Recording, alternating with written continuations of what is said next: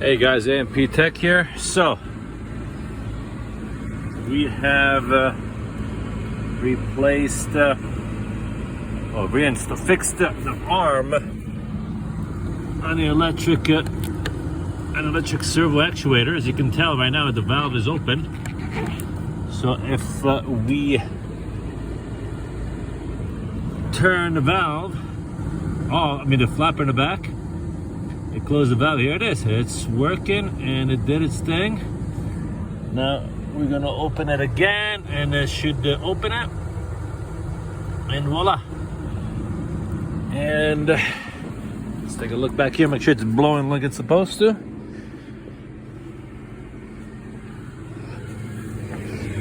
Oh yes, baby, it's blowing like a champ, like it's supposed to, like it's meant to be.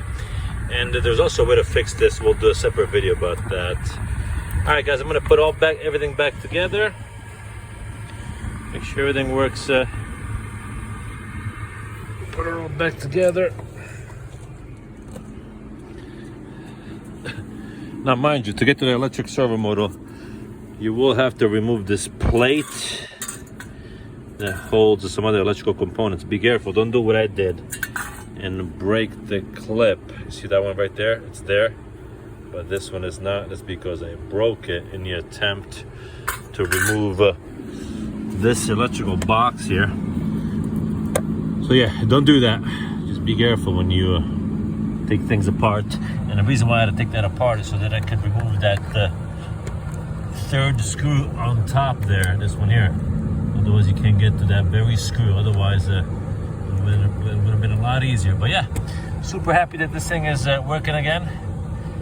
Yes, I'm sure the wife will be happy, especially our daughter, that the air conditioner in the back is blowing again like it's supposed to, or the heater, whichever the case may be. All right, guys, again, if these videos help you, please like and subscribe, and you guys have a great day. Thank you.